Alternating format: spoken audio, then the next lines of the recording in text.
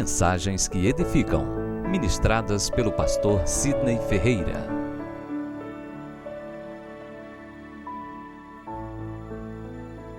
Meus irmãos, a graça e a paz da parte do nosso Senhor Jesus Cristo, amém? Queridos, vamos abrir a Bíblia em Hebreus capítulo 5, versículo 4. Você que encontrou esse texto, por gentileza, sobre a palavra, você venha se debruçar em reverência. Curve sua cabeça, feche seus olhos, faça sua oração para que Deus venha falar contigo, para que Deus venha falar conosco. Pai querido, graças te damos, bendizemos ao teu maravilhoso nome e queremos nessa hora consagrar todo o nosso ser, para que possamos obter e receber de ti a porção de vida para esse dia, em especial para este momento. Que a tua palavra fale conosco, que a tua palavra transcenda toda a elucubração, a especulação, conjectura humana, mas que a tua palavra prevaleça, porque a tua palavra, essa sim é viva, poderosa, eficaz, fiel e verdadeira. Ela tem um poder de transformar vidas e transformar histórias. E essa é a nossa oração, que a palavra que será ministrada essa noite possa cumprir o seu propósito e alcançar cada vida que se encontra neste lugar. Que não venha e que não volte vazia, antes cumpra o que lhe apraz e prospere para o que foi designada. Essa é a nossa oração em nome de Jesus. Amém. Ora, ninguém toma para si esta honra, senão quando é chamado por Deus, como foi Arão. Vamos todos repetir esse verso nessa versão? Ora, ninguém toma para si esta honra, senão quando é chamado por Deus, como foi Arão.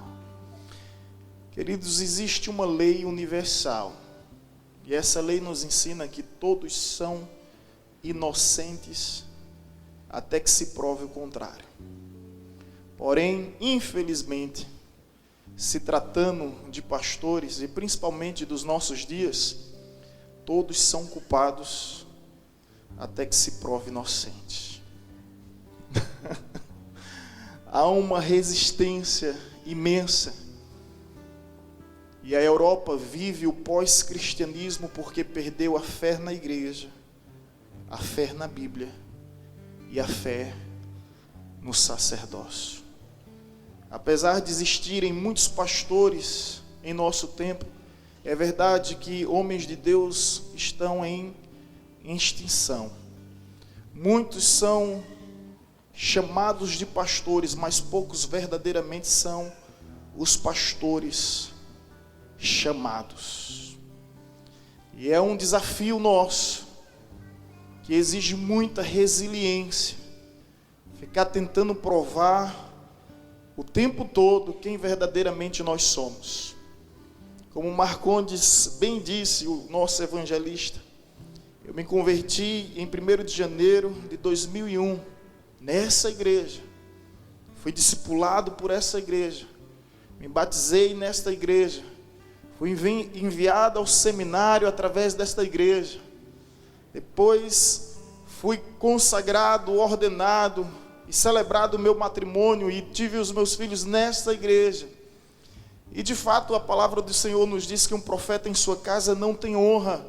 Eu particularmente me sinto honrado, mas ainda que um pastor não venha ter honra, que um profeta não venha ter honra, o mais importante é que ele venha ter a sua história.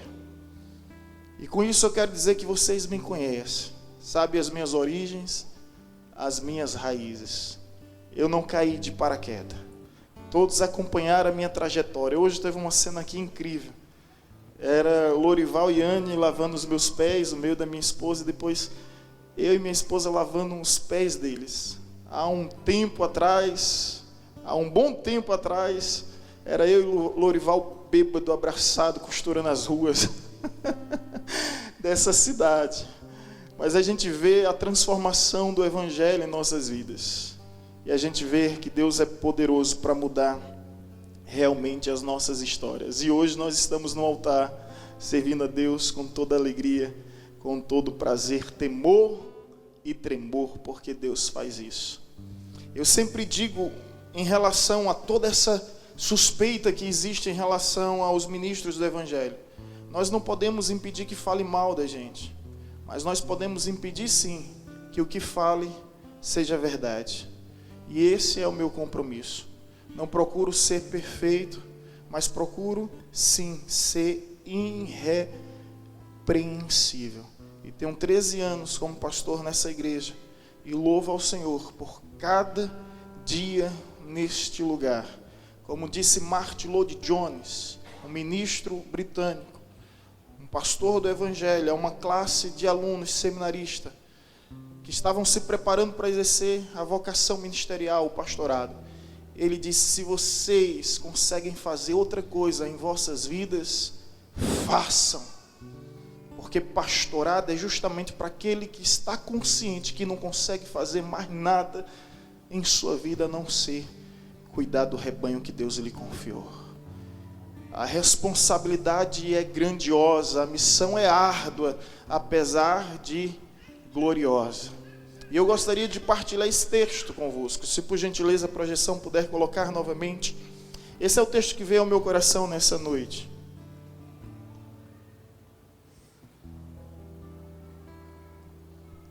Ninguém, pois, toma esta honra, ora, ninguém, pois, toma esta honra para si, senão quando é chamado por Deus, como foi o Arão.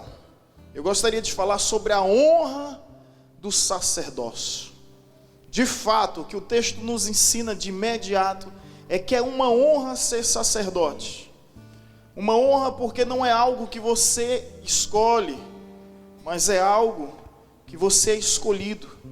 Não é algo que você se capacita, mas que você é capacitado para exercer. De fato, é uma honra. E quando o autor de Hebreus nos fala, ninguém, pois, pode se autodenominar, se auto-intitular pastor, ninguém ouse tomar essa honra para si, senão, quando for chamado por Deus, assim como Arão, ele nos revela uma história acerca desse verso. A história que quando Moisés traz a revelação da parte de Deus, informando a nação de Israel, que Arão seria o sumo sacerdote, que os seus descendentes seriam sacerdotes, e que a tribo de Levi tinha sido escolhida para este ofício. Eles sofreram oposição de um primo chamado Corá, que não aceitou essa direção divina e conseguiu persuadir, convencer, manipular e ludibriar outros como Datã e Abirão e mais 250 chefes. Foram até Moisés questionar. Moisés, na segurança e na ousadia do Espírito, disse: se vocês morrerem de morte natural, Deus não está comigo. E resumindo toda essa história, a Bíblia nos diz que a terra se abriu e consumiu Datã, Corá e Abirão, com toda a sua tenda, com todos os seus pertences, com toda a sua propriedade, posses, animais e familiares. Como foi trágica a morte deles. E além dos 250 homens que também morreram, chefe das tribos, isso está escrito em Números 16, 14.700 pessoas morreram por causa de uma rebelião, a uma oposição de uma direção divina. A Bíblia diz que uma raiz de amargura contamina toda uma congregação. E a gente se depara com essa passagem e fica perplexo, porque você vê quanto isso trouxe e atraiu maldição. Tudo porque um dia um homem se opôs ao sacerdócio. Corá queria ser o sacerdote no lugar de Arão. E atraiu tamanha maldição, não somente para si, mas para os seus familiares e para todos os outros que estavam ao seu redor. É por isso que Martin Lloyd Jones diz: se você consegue fazer alguma coisa em sua vida que não seja o pastorado, faça, porque não é lugar para se aventurar, meu irmão. Não é lugar para brincar, de modo algum. E essa é a história, e agora sim você consegue entender o porquê está escrito: ora, ninguém toma para si esta honra, senão quando é chamado por Deus, como foi com Arão. Depois de tudo isso, Deus ainda quis manifestar a sua vontade e evidenciar o seu chamado na vida de Arão. Ele diz a Moisés: diga a todos os chefes das tribos, eram 12 tribos, que cada um deles peguem uma vara, uma espécie de cajado, coloque o nome deles, do chefe das tribos, sobre essa vara, e coloque elas dentro do tabernáculo. Amanhã, a vara que florescer será um sinal para que Israel jamais venha contestar a minha soberania quanto à eleição daqueles que serão meus representantes no sacerdócio. E assim foi feito. E no dia seguinte, todas as varas estavam normais, exceto a vara de Arão, que simplesmente floresceu. Deus gerou vida aonde não havia vida. E aquela vara simplesmente floresceu, e esse era o sinal de Deus, que o sacerdócio é algo que pertence ao Senhor. É Ele que escolhe. E quando eu olho para mim, eu sei que Ele não escolhe os capacitados, mas capacita aqueles que Ele mesmo escolhe. Não há mérito algum, mas existe sim uma honra. E eu gostaria de partilhar convosco sobre a honra do sacerdócio. Os dias são difíceis, os tempos são maus, mas Jesus nos disse e nos deixou sobre aviso que muitos lobos viriam disfarçados de ovelhas. Então não há o que questionar, o que lamentar. São evidências do fim do tempo. Então muitos falsos pastores vão surgir. Na realidade, estão surgindo. E nós precisamos hoje ter o discernimento de quem é chamado, realmente chamado, ou de quem ouviu apenas um psio. E pensou que era um chamado.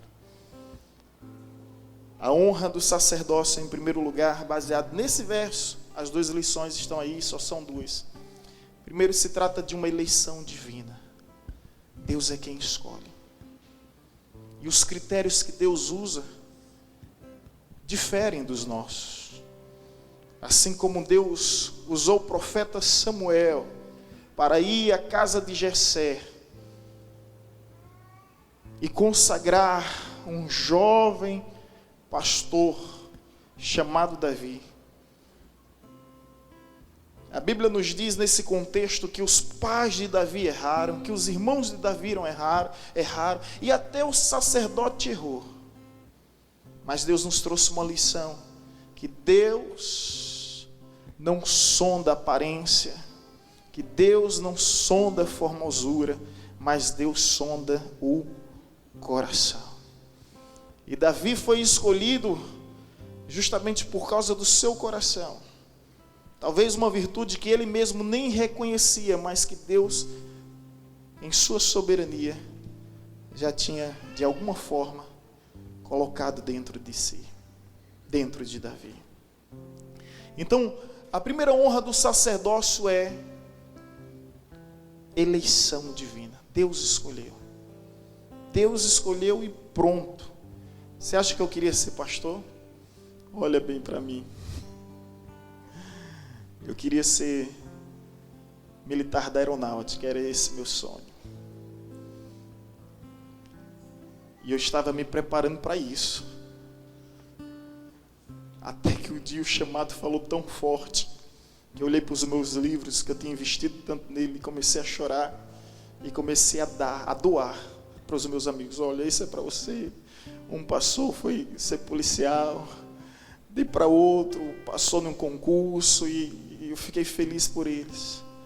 Ele disse: eu estou indo para o seminário, me ver 4 anos confinado, sem acesso à TV, revista ou jornal, trancafiado. Quando esse pessoal dos reality show enlouquece, eu sei o que é isso. Confinamento.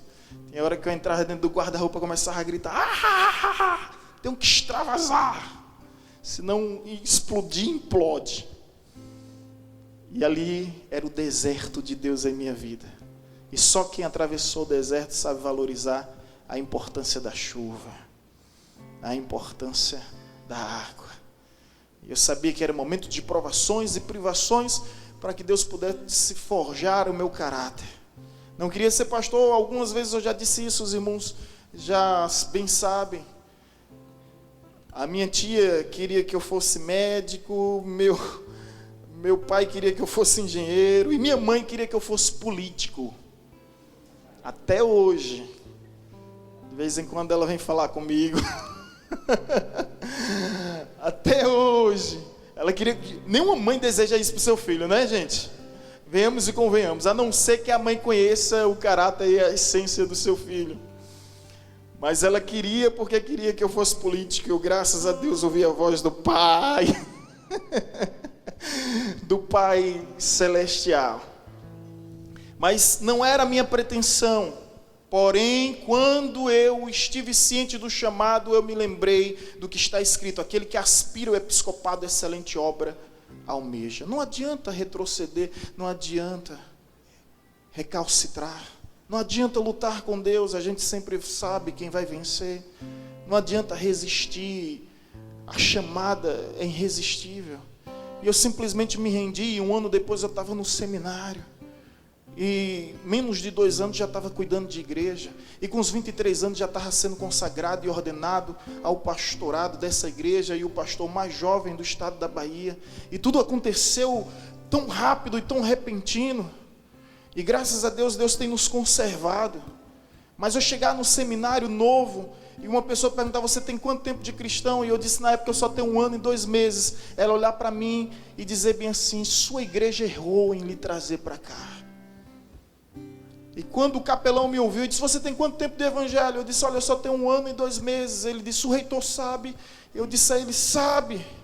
Ele disse bem assim: e ele deixou você vir? Eu disse: na verdade, quando eu disse a ele que eu tinha um chamado e que ia me preparar para exercer o ministério no seminário, ele olhou para mim, Thomas William Fodor, do Canadá, já está há umas décadas no Brasil, esteve conosco há um tempo, ministrando a palavra. Ele disse: espera aí. Aí ele entrou na salinha dele, ele fala assim, né, gringo. Depois de um tempo ele chegou, ele tem a mania, né, pode vir, é de Deus, é de Deus. Deus de alguma forma sussurrou no seu ouvido que era para ele quebrar as regras, deixar os protocolos do lado e entender que o Espírito sopra onde quer. Ouves a sua voz, não sabe de onde vem nem para onde vai. Assim é todo aquele que nasceu de Deus. E aquele menino estava sendo apenas soprado pelo hálito divino, pelo ruar, pelo paráclito de Deus. Não sabia onde isso ia chegar, não sabia. Apenas vivia intensamente. Com 2 meses no meu colégio, estava pregando para a rádio, através da transmissão para a rádio, em todas as salas. E Deus ia confirmando. A honra do sacerdócio é que é uma eleição divina. É Deus que escolhe. E a Bíblia, em diversas passagens, vai nos corroborar, ratificar com essa verdade. Jeremias 3,15 diz: dar-vos-eis pastores segundo o meu coração. Quem dá um pastor não é uma agência missionária, não é um seminário teológico, não é uma denominação religiosa. Quem forma pastor é Deus. Dar-vos-eis pastores segundo o meu coração. E outro detalhe: Deus não dá igreja para pastor, Deus dá pastores para a igreja. Dar-vos-eis pastores. E a essência é essa: segundo o meu coração, segundo a minha vontade, segundo os meus propósitos, segundo os meus desígnios. E como se esse texto não bastasse, você vai para Efésios capítulo 4, versículo 1, que diz bem assim: dar-vos-eis pastores, e uns serão pastores. É Deus quem dá pastor, é Deus quem forma pastor. É Deus quem gera, pastor. É aquilo que Corá não entendeu. Porque tenho certeza que Arão tinha suas limitações. Tenho certeza que Arão tinha suas falhas. Tenho certeza que Arão tinha os seus problemas, como todos nós temos. E ele não entendeu que, apesar de tudo, na vida de Arão existia uma unção específica para um propósito especial. Não se mete nisso não, irmão. Não se mete nisso não. Se Deus escolheu, se Deus selou, é de Deus. Às vezes eu digo assim, pastora Salete, se vocês podem até desconfiar do homem, mas nunca desconfie de Deus. Em outras palavras, se você não confia no homem, ao menos confie em Deus. Confie em Deus, porque está escrito: não vos enganeis. De Deus não se zomba. Aquilo que o homem semear, isso ceifará. Quem semeia na carne, colherá na carne. Quem semeia no Espírito, ceifará no Espírito. Martin Luther King diz: a pessoa pode enganar a muitos por muito tempo, mas não o tempo todo. Confiar em Deus. Que às vezes as pessoas ficam com ranços, com celeumas, com paranoia, com crises, ouvindo a palavra do opressor, sendo aconselhado por ímpios, e deixa de se envolver e se desenvolver no reino de Deus, justamente por causa das críticas e das inúmeras censuras que existem. Conforme foi dito, ainda há homens de Deus, ainda existem igrejas fiéis, ainda há um remanescente preservado e conservado pelo próprio Deus. Um dia eu cheguei no seminário para o pastor Ivanildo Lopes, que há 3 anos foi recolhido para a glória, e ele foi o patrono da nossa turma, e eu apresentei uma folha de ofício, as 2 laudas dessa folha toda preenchida sobre alguns problemas que eu tinha encontrado dentro da igreja, e estávamos no refeitório. Eu: pastor, por gentileza, um momento da sua atenção, olha isso aqui, pastor. E estava lá enumerado todos os problemas que eu vi dentro da igreja. Citei, e isso era uma decepção e uma frustração para mim. Ele olha, e depois de encerrar aquela leitura, ele coloca a mão nos meus ombros e disse: filho, tudo isso é verdade, mas não se esqueça de algo: os santos não fogem do mundo, os santos transformam o mundo. Se levantou, saiu, mas me deixou naquele lugar chorando, pedindo perdão a Deus. Pedindo perdão a Deus, porque as minhas perspectivas estavam nos lugares errados. É para a cruz que eu tenho que olhar e saber que o meu bom pastor não desistiu por amor a mim, e por amor a ele eu não vou desistir. Essa é a nossa maior motivação, é a cruz, porque na cruz ele sofreu todo tipo de insulto, de oposição, de injúria, de infâmia, de calúnia, mas ele não desistiu, ele não desistiu, ele não desistiu. E às vezes alguém vem dizer: olha, eu não vou para a igreja porque tem muitos hipócritas. Aí John Piper disse: venha ser mais um conosco. Ah, eu não vou para a igreja, eu saí da igreja porque tem muito problema. Então saia do mundo também, porque o mundo está repleto de problema. E as pessoas criam álibis, pretextos, subterfúgios para não encarar a realidade. E a realidade é essa, meu irmão, que sim, essa igreja será aperfeiçoada um dia, mas não através das mãos humanas, mas através da mão divina. No grande arrebatamento seremos transformados em glória, e aquilo que é corruptível se revestirá de incorruptibilidade, e seremos assim como Ele é. Aleluia! E essa é a minha esperança. É o meu anseio, saber que não somos nós que fazemos isso. Ele fará isso no devido tempo, e enquanto esse tempo não chega, nós vamos conviver com as nossas diferenças, e são as nossas diferenças que vai exigir da gente o caráter cristão. Porque como você poderá dizer que é capaz de perdoar se ainda não teve uma oportunidade de se vingar? Como é que você pode alegar que é capaz de amar se ainda não teve um motivo para odiar? Então é justamente na nossa convivência que Cristo se revela, que Cristo se manifesta. É renunciando o nosso eu, carregando a nossa cruz, mortificando a nossa carne e dando glória a Jesus, porque o céu é maior que tudo. O céu é maior que tudo. E é para lá que eu vou, meu irmão. É para lá que eu quero ir. É para lá que nós estamos andando. Amém? Então, a honra do sacerdócio, em primeiro lugar, ser escolhido por Deus. Um pobre pastor amigo meu um dia pregou, dizendo: nós pastores somos ungidos por Deus. Quando ele terminou de falar, a vice-moderadora da igreja pegou o microfone e disse: pensa, pastor esqueceu de dizer que não é somente o Senhor ungido, é todo mundo ungido.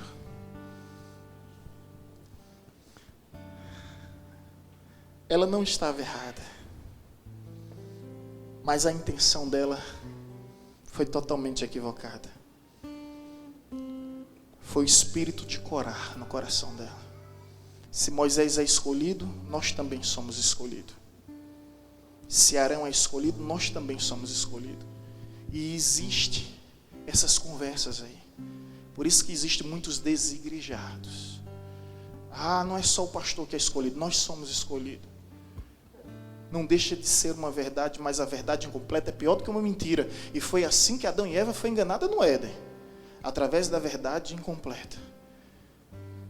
É verdade que todos nós somos ungidos. É verdade que existe o sacerdócio real. Mas é verdade que existe uma chamada especial na vida de um pastor. E se essa chamada não existisse, eu digo por mim mesmo, missionário Milton, eu não suportaria. Se não fosse essa chamada, eu não encontraria sentido nenhum em dizer sim. Se não fosse essa chamada específica, eu não sei como você vê o pastor. Alguns veem como conselheiro, outros como ancião, outros como mestre. Mas eu vou te dizer como Deus vê um pastor. Olha para a igreja de Apocalipse, as 7 igrejas. Deus, em primeiro lugar, se refere ao pastor. E ele diz sempre assim: ao anjo da igreja, escreve. Ao anjo da igreja, escreve. É assim que Deus vê o pastor, como anjo, como mensageiro. É um privilégio? É. Mas é uma responsabilidade tão grande, porque até mesmo os anjos dos céus almejaram essa função, e Deus não permitiu. Preferiu confiar a homens simples e comuns. E a esses homens simples e comuns, Ele vai exigir das suas mãos o sangue de cada vida. Já orou pelo seu pastor hoje?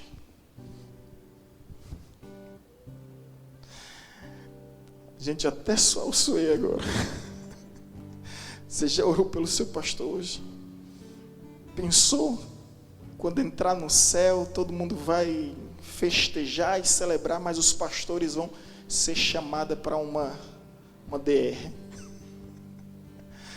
Vamos ali, vamos prestar conta de fulano e fulano, e cicrano, e beltrano.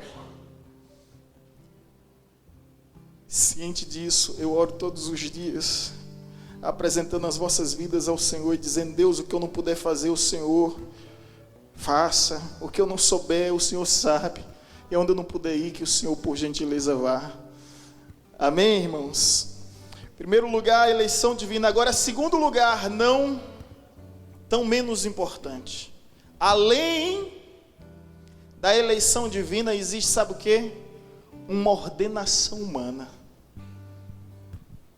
Não existe uma ordenação humana. Ninguém toma essa honra para si, a não ser que seja chamado por Deus, como aconteceu por Arão. Arão foi de fato escolhido por Deus, mas teve Moisés para intermediar, orientar, direcionar e derramar o azeite sobre a sua cabeça. Muitos estarão me ouvindo através das redes sociais, e talvez alguns pastores também. E a pergunta a fazer é: quem foi que derramou o óleo sobre a sua cabeça? Quem foi que derramou o óleo sobre a sua cabeça? Houve pessoas que saíram daqui de Paulo Afonso e depois vieram se autodenominando pastores e criaram um estrago terrível em nossa cidade. E essas pessoas simplesmente se consagraram a pastor, se autodenominaram a pastor, não levaram em consideração a ordenação que existe. Não é simplesmente eu sou pastor, epa, como assim? Quem lhe consagrou? É título que você quer? É glamour que você quer? É status que você quer? Você está totalmente iludido. Porque conforme o evangelista hoje, pela manhã, o nosso evangelista Marcondes disse: ministério não é trono, ministério é toalha. Jesus não ofereceu trono para ninguém, ele ofereceu toalha. E ele ofereceu toalha depois que ele lavou os pés dos apóstolos, e entregou a toalha a eles e disseram: assim como eu vos fiz, façais também vós. É toalha, é servir. Se existe algo que eu estou completamente consciente, é que quanto mais eu cresço, quanto mais dons Deus me dá e títulos eu conquisto, é para maior e melhor servir. Só faz sentido o ministério quando esse é o nosso propósito mesmo. Então há uma ordenação humana. Samuel ungiu Davi, Elias ungiu Eliseu, e o apóstolo Paulo também foi ungido. Olha comigo Atos capítulo 13.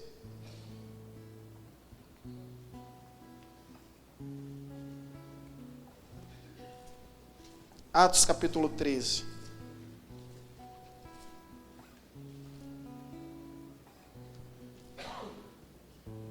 Versículo 2 e versículo 3.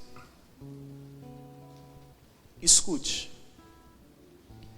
E servindo eles ao Senhor e jejuando, disse o Espírito Santo: separai-me agora Barnabé e Paulo, para a obra que vos tenho chamado. Então, jejuando e orando, e impondo sobre ele as mãos, o despediram. O Espírito Santo é quem escolhe, o Espírito Santo que separa. Mas houve uma imposição de mãos. Houve uma imposição de mãos. E a Bíblia diz a conselhos de Paulo a Timóteo: não ponhas as mãos precipitadamente sobre outro, que antes sejam experimentados e não neófitos, ou seja, inexperiente. Existe uma imposição. Sabe por quê, irmãos? Existem muitos francos atiradores.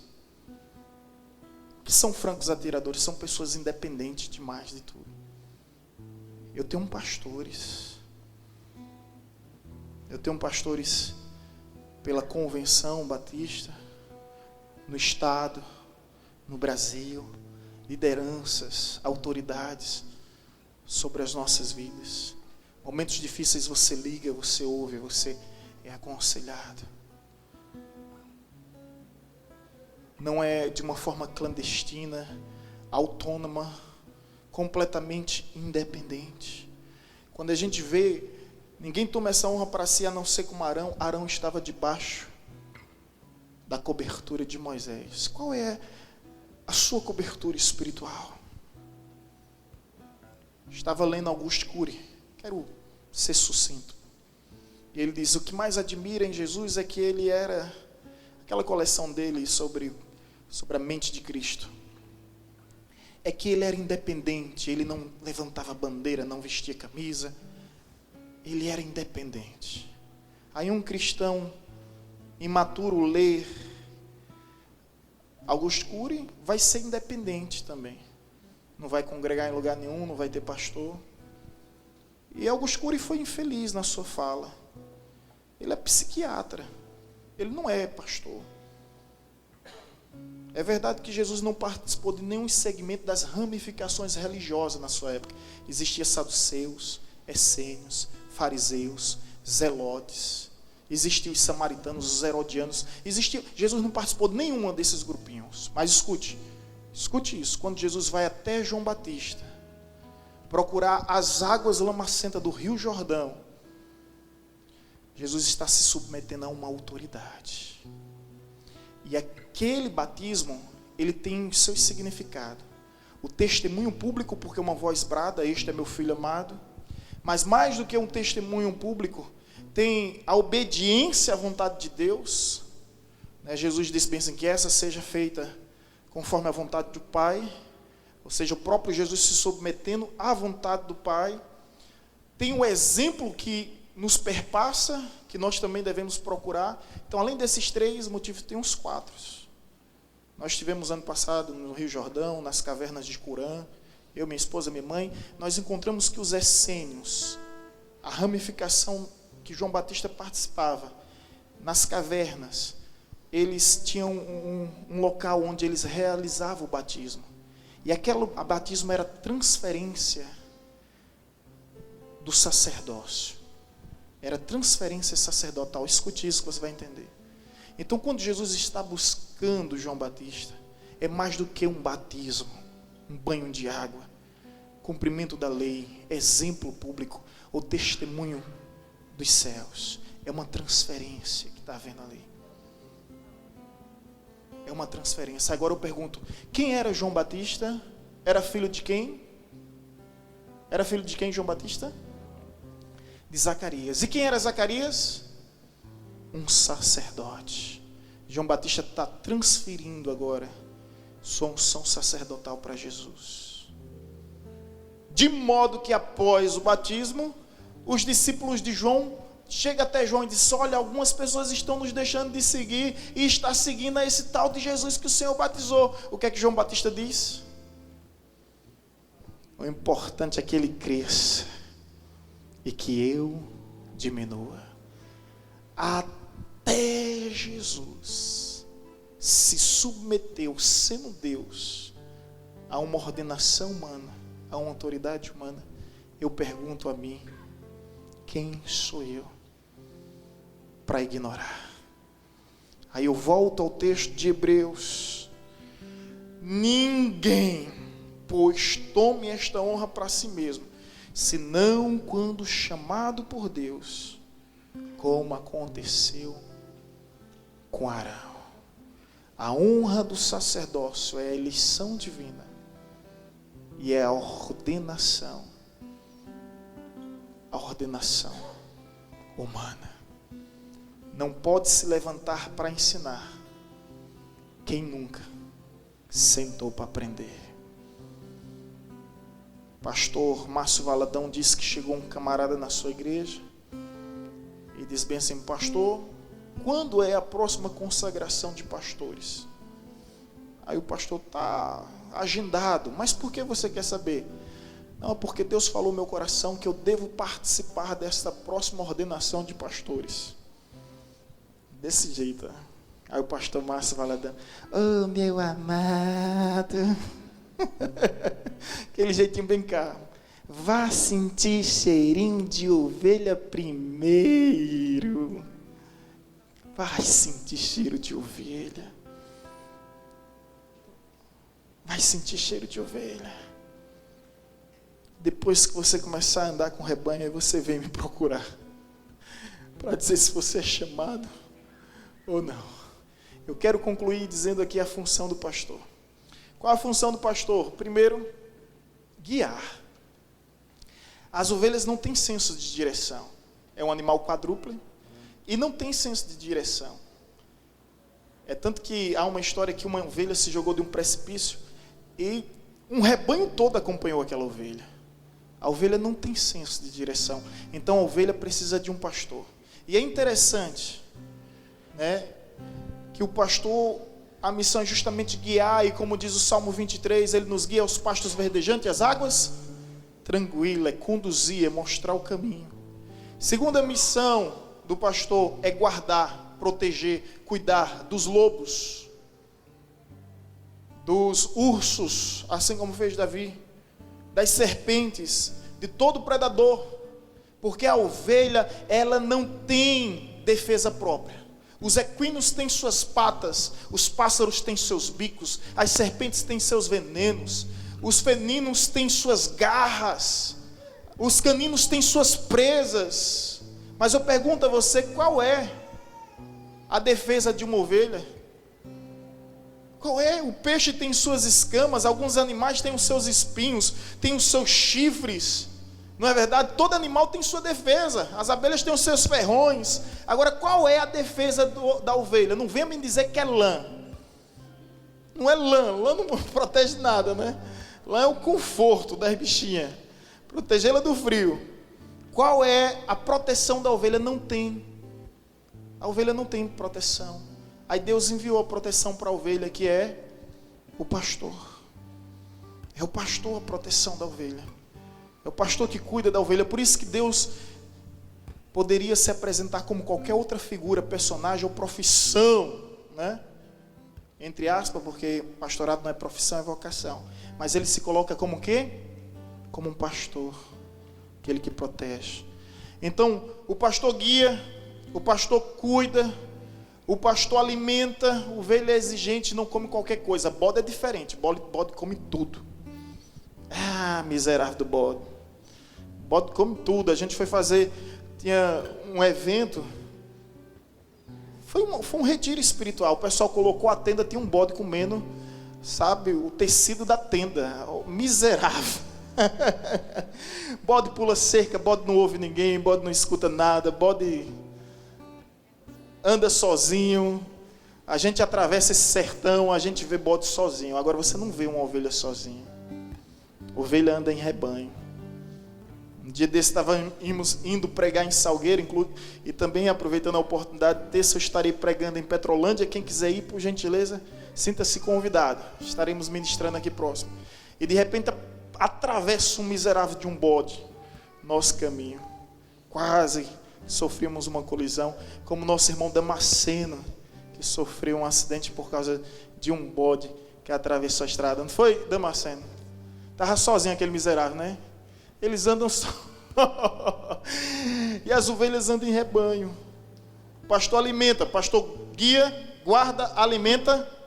Quarta, pastor. Para que o cajado, né, gente? Pastor corrige. Pastor que é pastor corrige. Pastor que é pastor diz não.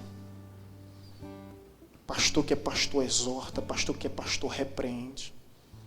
Nos meus 10 anos, minha tia morava em Feira de Santana. Ela tinha um rebanho. E quando eu ia passar minhas férias, ela me colocava para cuidar daquele rebanho. Ela estava me preparando, nem sabia. Eu levava aquele rebanho, depois trazia. Quando trazia aquele rebanho, ele ficava com a varinha do lado. Ele vinha cheio de espinhos, que são, como é o nome daqueles espinhos? Carrapicho. Gente, já tentou tirar carrapicho de cachorro, de gato? A mesma coisa tirar de ovelha. Ela dava coice, dava cabeçada, feria nela, feria em mim. E eu disse: tia, sabe de uma coisa, eu não vou fazer mais isso não.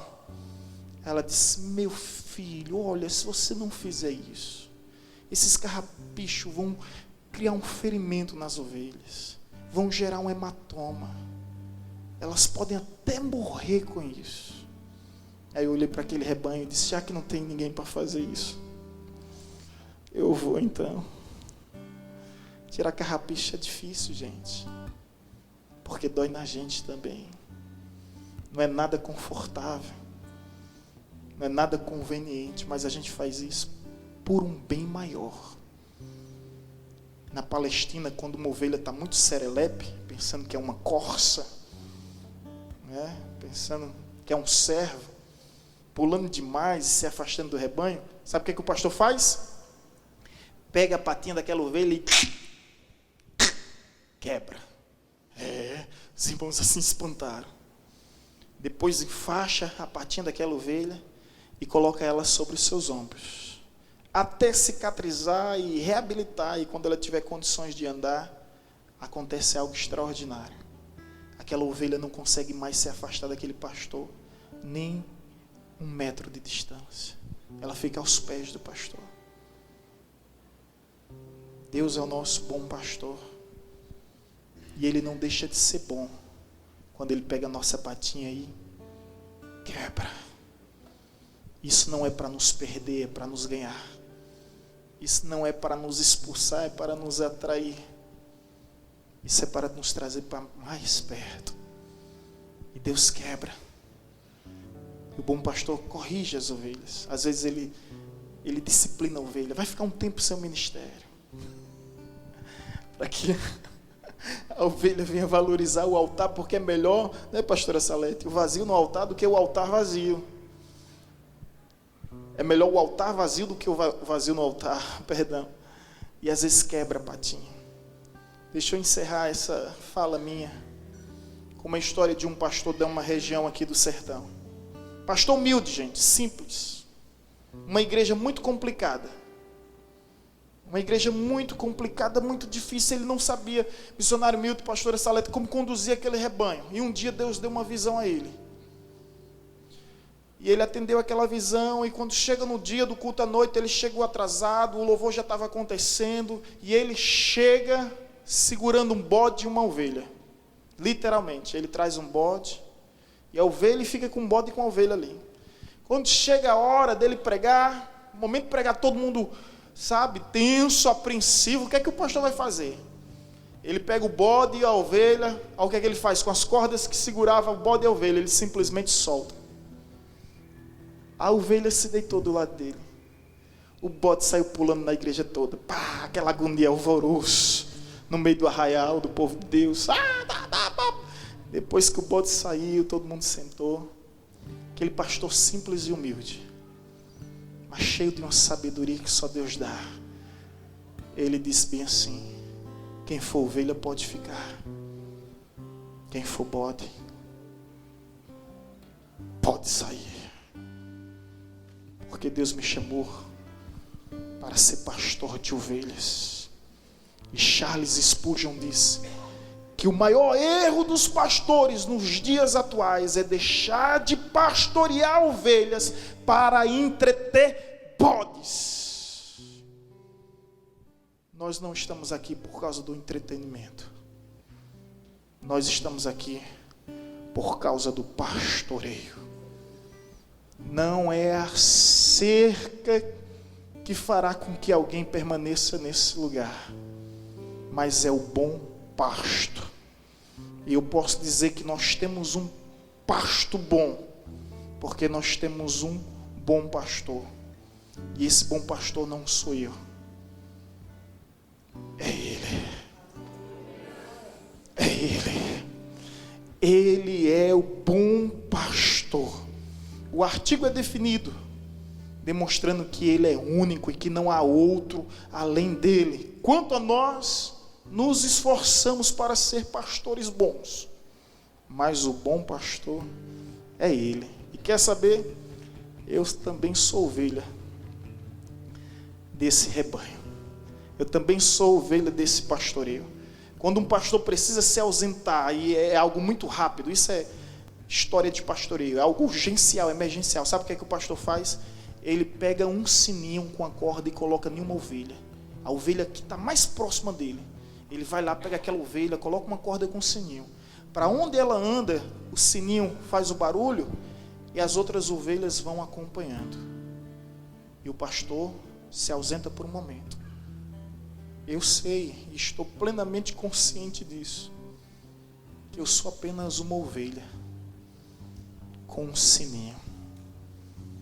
Uma ovelha em que o pastor colocou um sininho provisoriamente. Mas um dia ele vai vir, ele virá, ele voltará. E o sininho pertence a ele, voltará para ele. E naquele dia a Bíblia diz que haverá um só pastor e um só rebanho.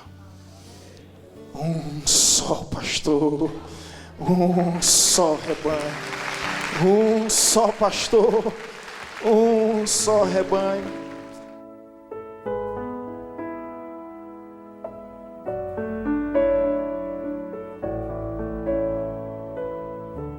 Você acabou de ouvir uma mensagem ministrada pelo pastor Sidney Ferreira, da Igreja Batista Evangelizadora.